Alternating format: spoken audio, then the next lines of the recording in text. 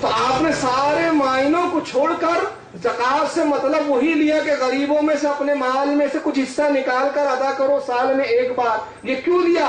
نبی نے کر کے بتایا کہ زکات کا مطلب یہ ہے، کپڑے دھونا نہیں ہے، اور جو نبی نے بتایا وہی حدیث ہے. تو آپ قرآن پر بغیر حدیث کے قرآن پر بھی عمل نہیں کر سکتے. اچھا چلیے، اب زکات آپ نے تو لے لیا مراد، نہیں صاحب زکات ہی ادا کرنا ہے. اور زکات کیا کرنا ہے؟ 2.5%، 100 میں سے 2.5% دینا ہے. 2.5% دینا یہ قرآن کی کس آیت میں آیا ہے؟ یہ بھی نہیں آیا. 5% دینا ہے، 6% دینا ہے.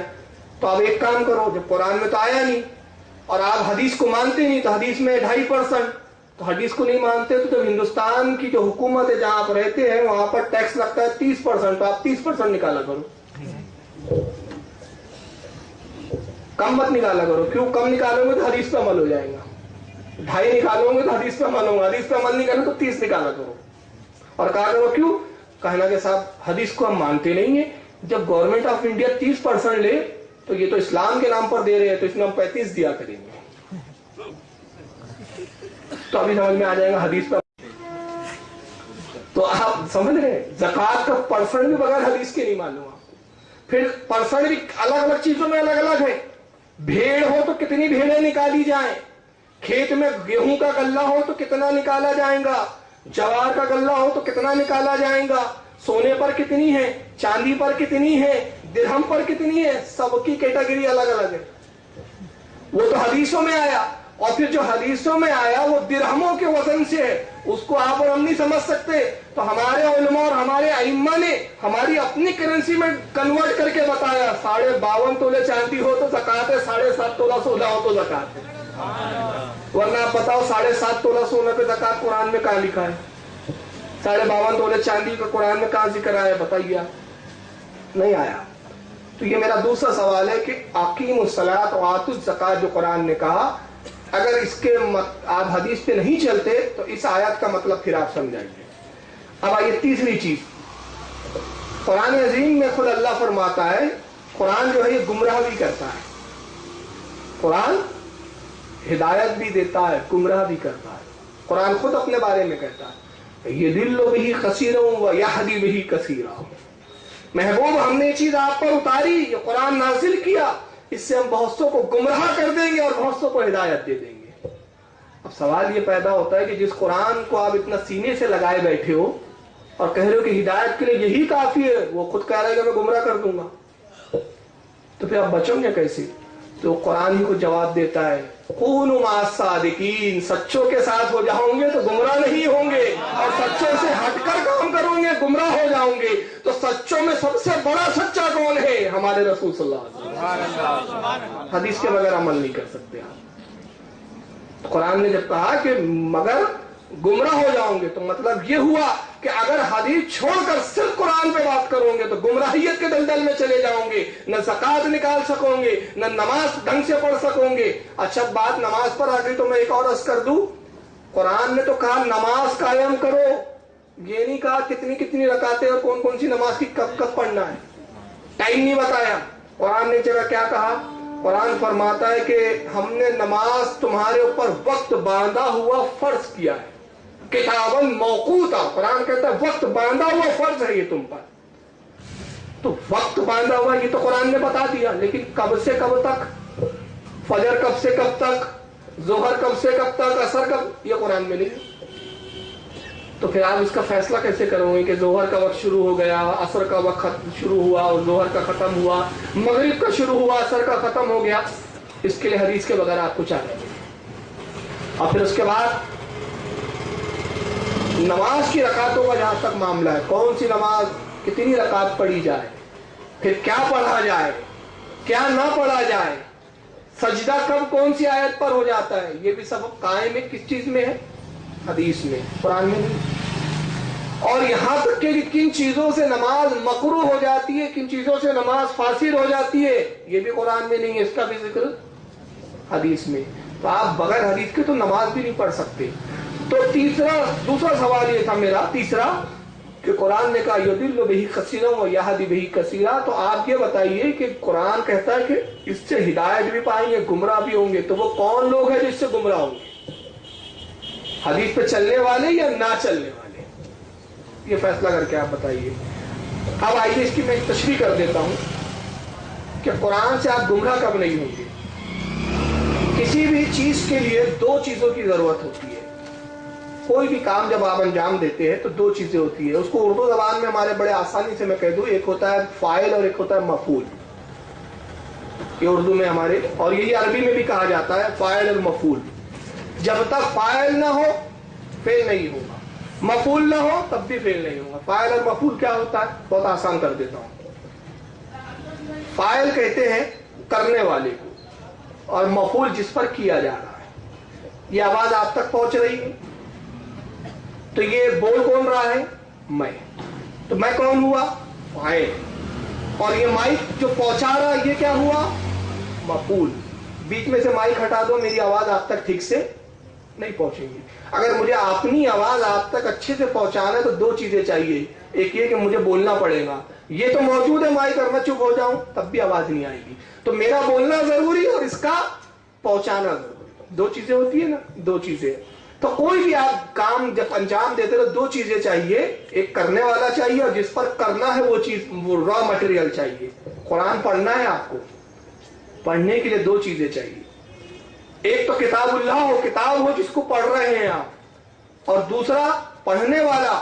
اور پڑھنے والے کے لیے کچھ لوازمات ہے۔ جب آپ قرآن بھی آپ کے پاس موجود ہے، آپ بھی موجود ہے، اب ایک چیز کی تب بھی ضرورت ہے، اور وہ ضرورت کیا ہے؟ روشنی کی، نور کی۔ اندھیرے میں آپ قرآن نہیں پڑھ سکتے، تو وہ نور کون سا ہے جس کے بغیر آپ قرآن نہیں پڑھ سکتے؟ قرآن خود بتا رہے ہیں کہ اس نور کے سہارے پڑھے گا قرآن تو ہدایت پر رہے گا، اور اس نور کو چھوڑ کر پڑھے گا تو گمراہ ہو جائے گا۔ قد جاءکم من اللہ نور و کتاب مبین، ہم نے کتاب جو محبوب پر نازل کی یہ نور ہے، روشن ہے، اور ہم نے اس کے ساتھ اپنے نبی کو نور بنا کر بھیجا۔ نور نبی کی روشنی میں اس کتاب کو پڑھے گا تو ہدایت پائے گا، اور نور نبی کو چھوڑ کر پڑھے گا گمراہ ہو جائے گا۔ بغیر روشنی کی کتاب نہیں پڑھی جا سکتی۔ تو قرآن جب اپنی کتاب کا اللہ تعالیٰ ذکر فرما رہا ہے تو کتاب کا ذکر بعد میں کر رہا ہے، پہلے نور کا ذکر کر رہا ہے، احساس دلا رہا ہے، اہمیت جتا رہا ہے کہ ہمارا نبی نور ہے، اس کی روشنی میں پڑھو گے تو گمراہ نہیں ہوں گے۔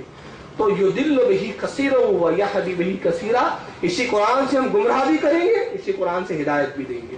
اب آئیے تیسرا سوال بڑا مزیدار ہے جو آپ کے دماغ میں بالکل گھس جائے گا، اور کسی بھی آپ اہل قرآن فرقے والے سے جب ٹکرا جائیں گے تو اس کو پریشان کر دینا۔ اب تیسرا سوال کیا ہے؟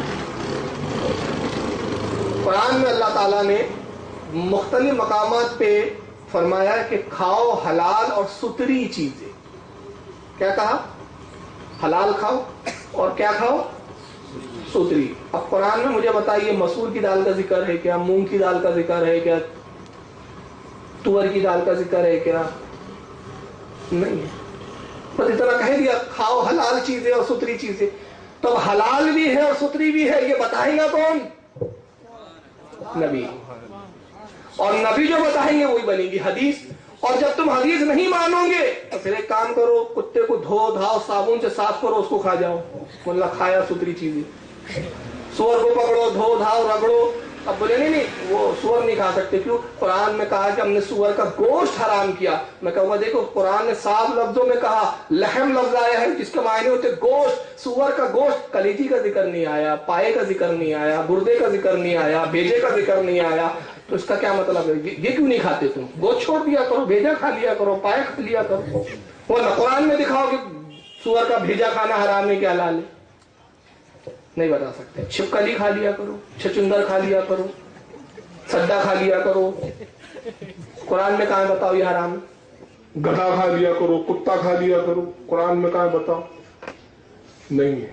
سدے کا ذکر قرآن میں نہیں ہے، چھپکل کا ذکر نہیں ہے، کیچوے کا ذکر نہیں ہے، چھپکلی کا ذکر نہیں ہے، اور کیا کہتے ہیں سور کی کلیجی کا ذکر نہیں ہے، پھیپڑے کا ذکر نہیں ہے، گردے کا ذکر نہیں ہے، پائے کا ذکر نہیں ہے، بھیجے کا ذکر نہیں ہے۔ ایسی بے شمار اشیاء جن کا ذکر نہیں ہے، تو اب یہ کر کے بتائے گا کون؟ یہ بولے گا کون کہ میرے پروردگار نے کہا کہ یہ حلال کھاؤ ستری کھاؤ، تو نبی جس کو حلال فرما دے، اب وہ حدیث یہاں صادق آتی ہے کہ میرا حلال ایسے ہی حلال ہے جیسے اللہ کا حلال کردہ، اور میرا حرام ایسے ہی حرام ہے جیسے اللہ کا حرام کردہ۔ میں جس کو حلال کر دوں وہی رب کے حلال کردہ ہے، میں جس کو حلال حرام کر دوں وہی رب کا حرام کردہ ہے، اور جس کو میں پسند کر لوں وہ ستروں میں ہو جائے، اور جس کو میں نکار دوں وہ غیر ستروں میں ہو جائے۔